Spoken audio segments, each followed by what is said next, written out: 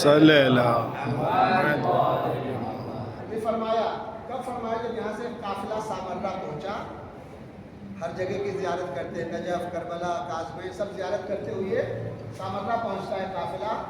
ابو حماد رازی راوی ہے، شیخ صدوق جو غیبت صغریٰ کے مرجع ہیں، جنہوں نے کمال الدین تمام الدیمہ لکھی ہے، وہ یہ کہتے ہیں کہ جب یہ قافلہ ابو حماد رازی قافلہ جب پہنچتا ہے کہاں سامرہ، امام نے پوچھا کہاں سے آ رہے ہو؟ کہا شہر رے سے آ رہے، یہ شہر رے ہے، کہا شہر رے سے آ رہے۔ امام نے کہا اگر تم وہیں پہ شاہ عبدالعزیز حسنی، چوتھے دوسرے امام حسن علیہ السلام کی نسل، اللہم صلی علی محمد وآل محمد۔ اگر تم وہیں ان کی زیارت کرتے تو تم کو کربلا کی زیارت کا ثواب، یا آپ اب یہی سے آپ کے اوپر کربلا کی آب و ہوا آ رہی ہے۔ یہ پہلی زیارت جو ہم یہاں سے نکلنے کر کے یہ ان کی زیارت کا ثواب امام نے کہا لو زرت، اگر تم وہی زیارت کرتے ایسے جیسے تم امام حسین علیہ السلام کی زیارت کی۔ اب آئیے یہ ہے کون؟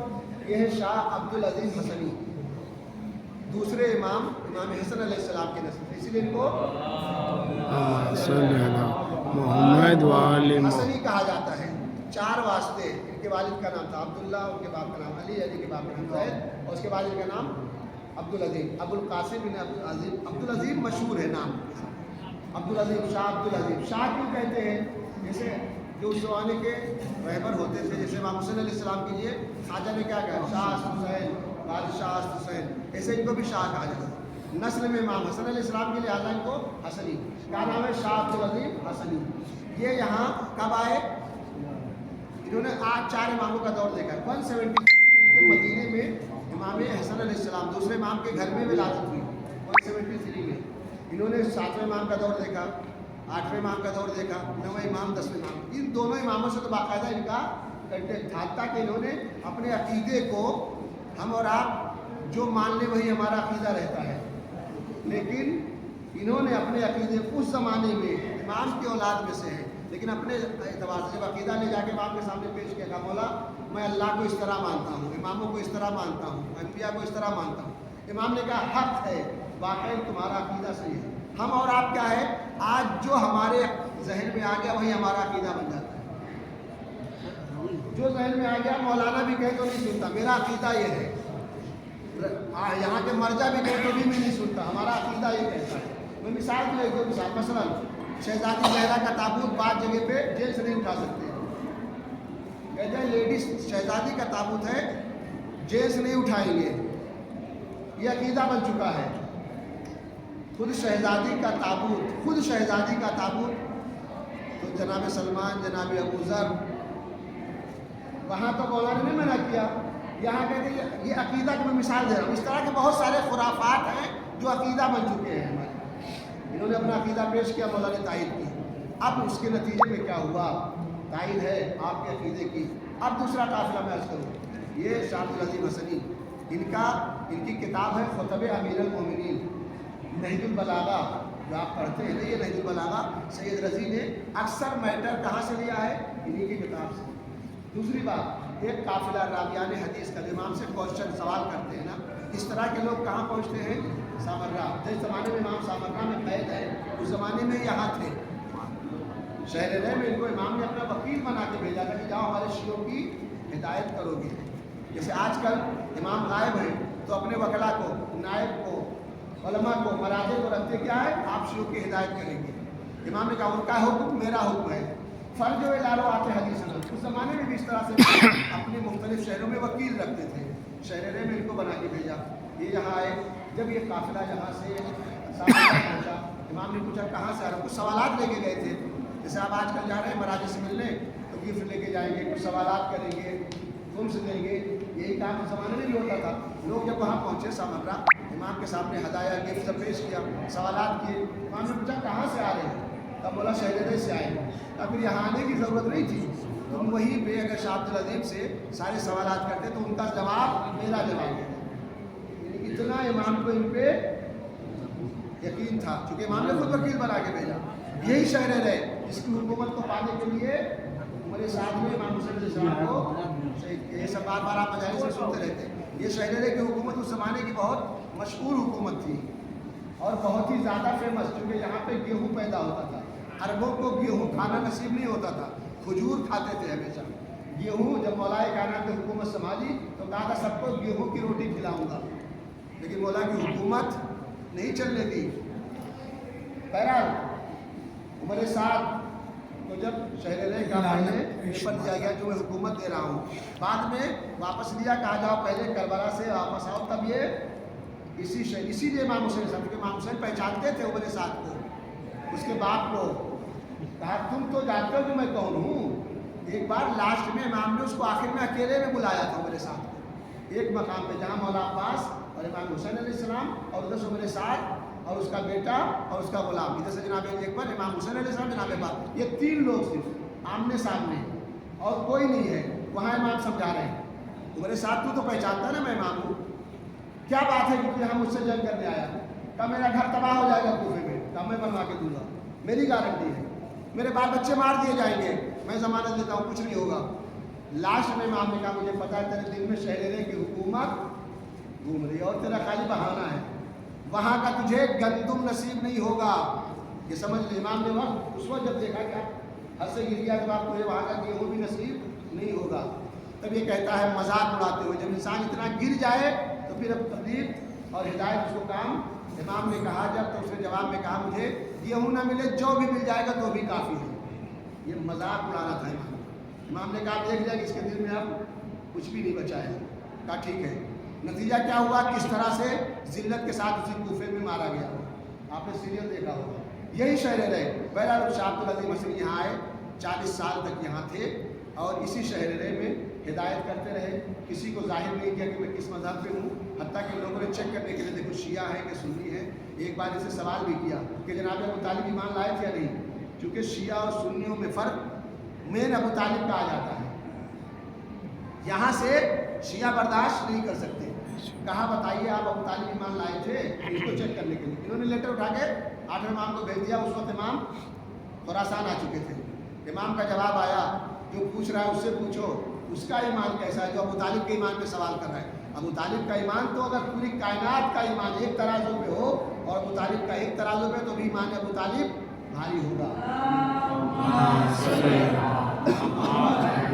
یہ ایمان ابو طالب ہے. کون پوچھ رہا ہے اس کا ایمان، خود وہ امتحان لے. بہرحال اس طرح سے 40 سال تک یہاں رہے اور 40 سال کے بعد ان کا اسی شہر میں انتقال ہو جاتا ہے. بعض کہتے ہیں چونکہ ان کو زندہ دفن کروا دیا تھا، جب حکومت کو پتہ چل گیا زندہ دفن کروایا. شاید یہی وجہ ہو کہ آپ کی زیارت کا ثواب کربلا کی زیارت کا ثواب رکھا گیا ہے. ایک وجہ ہے کہ بھی بیان کی جاتی ہے. اچھا، یہ شاہ عبدالعزیز مسری انتقال سے پہلے یہاں ایک چاہنے والے شیعہ نے خواب میں رسول اللہ کو دیکھا. رسول اللہ آئے ہیں اور کہتے ہیں میرا ایک چاہنے والا عبد الجبار ابن عبد الوہاب نام بتایا. عبد الجبار ابن عبد الوہاب کے باغ میں سیب کے درخت کے نیچے دفن کیا جائے گا. وہ شخص خواب سے بیدار ہوتا ہے، چونکہ رسول آئے تو خواب میں رسول ہی آ سکتے ہیں، کوئی دوسرا نہیں. اپنے رشتے داروں کو آپ خواب میں دیکھیں، گارنٹی نہیں کہ وہی آئے ہو. شیطان ہر ایک کی شکل میں آ سکتا ہے سوائے آئمہ اور رسول کے. اس شخص نے رسول کو خواب میں دیکھا. رسول اللہ نے کہا میرا رہ جگر درخت کے نیچے دفن کیا جائے گا. وہ شخص صبح اٹھا، باغ کے مالک کے پاس، پورا باغ تھا، عبد الجبار ابن عبد الوہاب کا باغ تھا. یہ باغ کے مالک کے پاس آئے گا، سیب کا درخت اور اس کے آس پاس کی زمین میرے ہاتھ بھیج دو. وہ چاہتا کہ پارے جگر رسول میرے زمین میں دفن ہو. باغ کے مالک کے پاس آیا کہ یہ باغ میں سے اتنی زمین ہم کو دے دو. اس نے کیوں اصرار بڑھتا گیا تو اس نے کہا میں نے خواب دیکھا. کہا جو خواب تم نے دیکھا ہے وہی خواب کہ میں پورا باغ وقف کر رہا ہوں سادات کے لیے. یہاں جگہ جگہ آپ قبرستان دیکھ رہے ہیں، قبر جگہ جگہ، یہ پورا باغ تھا وقف کر دیا انہوں نے قبرستان کے لیے. صبح میں بعض کہتے ہیں کہ زندہ دفن کر دیا گیا، بعض کہتے ہیں کہ جنازہ لا کے دفن کیا گیا. بہرحال امام نے فرمایا کہ ان کی زیارت کا ثواب کربلا کی زیارت کا ثواب ہے تو امام کی زیارت، امام کے کہنے کے مطابق وہ ثواب ہم کو ملے گا. بہرحال دوسری زیارت جو ہے یہاں پہ جناب حمزہ ہیں، 7ویں امام کے بیٹے، 8ویں امام کے بھائی ہیں، مستجاب الدعویٰ، ان کے یہاں دعائیں قبول ہوتی ہیں.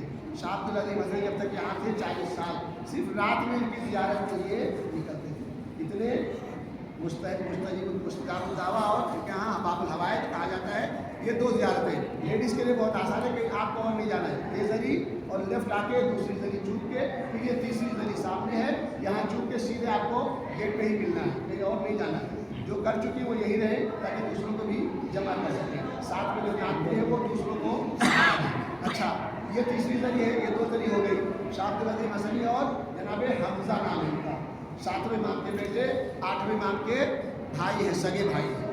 یہ تیسری زری جناب طاہر ہے، 4تھے امام کی نسل سے ہے، 4تھے امام کی نسل سے ہے، جناب طاہر نام ہے، لیکن یہ مراجے میں سے تھے۔ 1000 سال ان کے انتقال کے 1000 سال بعد جب حرم ریپیئر ہو رہا تھا، ان کی قبر کھلی تو لاش تر و تازہ تھی، 1000 سال بعد، تو 4 دن بعد 1 مہینے بعد کی بات نہیں ہے، یہاں 5 سال کے بعد لاش قبر میں نہیں، 1000 سال بعد لاش تر و تازہ تھی، 4تھے امام کی نسل سے جناب طاہر نام۔ یہ تینوں زیارتیں ہم یہیں سے پڑھ دیتے ہیں، آپ لوگ یہ سارے زری کے کو سے لے کے، نماز نہیں ہے، نماز صبح کی پڑھنی تھی وہ سب پڑھ چکی، یہ تینوں زری کے کو سے لے کے گیٹ ہی پہ رکے، آپ بھٹکیے گا نہیں تاکہ سب ساتھ میں سیدھے بس کی طرف چلیں گے۔ پر محمد و آل محمد صلوات رک کر لیں حرم کی طرف، یہیں سے جناب شاہ عبدالعزیز مسیح کی زیارت پڑھیں گے، جناب حمزہ کی زیارت پڑھ لیں گے، زیارت پڑھتے ہیں جناب شاہ عبدالعزیز مسیح کی اپنی طرف سے، اپنے والد کی اپنے اعزاء قاری کی طرف سے، آئیت معصومین کی طرف سے، خاص کر اپنے وقت کے امام کی طرف سے، اور آپ سب کی نیابت میں زیارت پڑھتے ہیں۔ قربۃ اللہ، السلام علیکہ، السلام علی آدم صفوۃ اللہ، السلام علی نوح نبی اللہ، السلام علی ابراہیم خلیل اللہ، السلام علی موسیٰ کلیم اللہ، السلام علی عیسیٰ روح اللہ، السلام علیکہ یا رسول اللہ، السلام علیکہ یا خیر خلق اللہ، السلام علیکہ یا صفی اللہ، السلام علیکہ یا محمد بن عبد اللہ، خاتم النبیین، السلام علیکہ یا امیر المؤمنین علی ابن ابی طالب وصی رسول اللہ، السلام علیکہ یا فاطمہ سیدۃ نساء العالمین، السلام علیکم یا سید نبی رحمہ و سیدہ شباب اہل الجنہ، السلام علیکم یا علی بن حسین سید العابدین و قرۃ عین الناظرین، السلام علیکم یا محمد بن علی باقر العباد النبی، السلام علیکم یا جعفر بن محمد الصادق البار الامین، السلام علیکم یا موسیٰ بن جعفر الطاہر الطاہر، السلام علیکم یا علی بن موسیٰ رضا المرتضی، السلام علیکم یا محمد بن علی التقی، السلام علیکم یا علی بن محمد النقی، السلام علیکم یا حسن بن علی، السلام علی الوصی الفاتح، اللہم صل علی نورک و سراجک وولی ولیک وسیع وسیلک وحجتک علی خلقک، السلام علیکہ ایھا السید التقی والطاہر الصفی، السلام علیکم ابن السادۃ الاطہار، السلام علیکم ابن المصطفین الاخیار، السلام علی رسول اللہ وعلی ذریۃ رسول اللہ ورحمۃ اللہ وبرکاتہ، السلام علی العبد الصالح المطیع للہ ولرسولہ ولرب العالمین ولعمید المؤمنین، السلام علیکم یا ابا القاسم ابن صدق المنتجب المجتبی، السلام علیکم یا من زیارت ثواب زیارت سید الشہداء، میرا سلام ہو امام زادے پر اس کی زیارت کا ثواب، کربلا کی زیارت کا ثواب ہے، السلام علیکم رضی اللہ بیننا و بینکم فی الجنہ وحشرنا فی زمرتکم وأوردنا حوض نبیکم وسقانا بکاس جدکم من ید علی بن ابی طالب صلوات اللہ علیکم، اسأل اللہ ان یجعل فیکم السرور والفرج وأن يجمعنا وإياكم في زمرة جدكم محمد صلى الله عليه وآله، وأن لا يسلبنا معرفتكم منه ولي الذين تقربوا إلى الله بحبكم والبراءة من أعدائكم والتسليم إلى الله لا تكفي بين منكر ولا مستكبر وعلى يقين ما أتى به محمد وفي ذلك نطلب بذلك عليك يا سيدي، اللهم بلغك والدار الآخرة يا سيدي وابن سيدي، اشفع لي في الجنة فإن لك عند الله شان من الشان، اللهم إني أسألك أن تقسم لي بالسعادة ولا تصرف مني ما أنا فيه ولا حول ولا قوة إلا بالله العلي العظيم، اللهم استجب لنا وتقبله بكرمك وعزتك وبرحمتك وعافيتك، وصلى الله على محمد وآله أجمعين وسلم تسليما يا أرحم الراحمين۔ یا پڑھے جانے حمدہ کی سجائش طرف، یا پڑھے جانے حمدہ کی قربت اللہ، السلام علیکم ابن خاتم الانبیاء، السلام علیکم ابن ولی الاولیاء، السلام علیکم ابن منظور العذراء، السلام علیکم ابن شافع یوم الحساب، السلام علیکم ابن العبد الاجاب، السلام علیکم ابن القائد الانجاب، السلام علیکم ابن باب الحوائج ابن صاحب المقامات والمعارف، السلام علیکم ابن النبی العظیم الكاظم الكريم يا من دار سيدنا عبد العظيم السلام عليك يا خبرنا الغريب يا حبيب يا حبيب يا نسر الحسين السلام عليك يا سيدي ومولاي يا حمزه ابن موسى الكاظم ابن الاطياب والعالم يا سلالة الافاخر ابن السادة المكرمين ابن رائمة المنتجبين ابن طه وياسين يا ابن ولي الله يا اخ ولي الله يا عم ولي الله ايها الشافع وابن الشافع اشهد انك ابن الامام وعم الامام من ذرية ائمة الكرام والسلام عليك وعلى ابائك الطاهرين ورحمة الله وبركاته.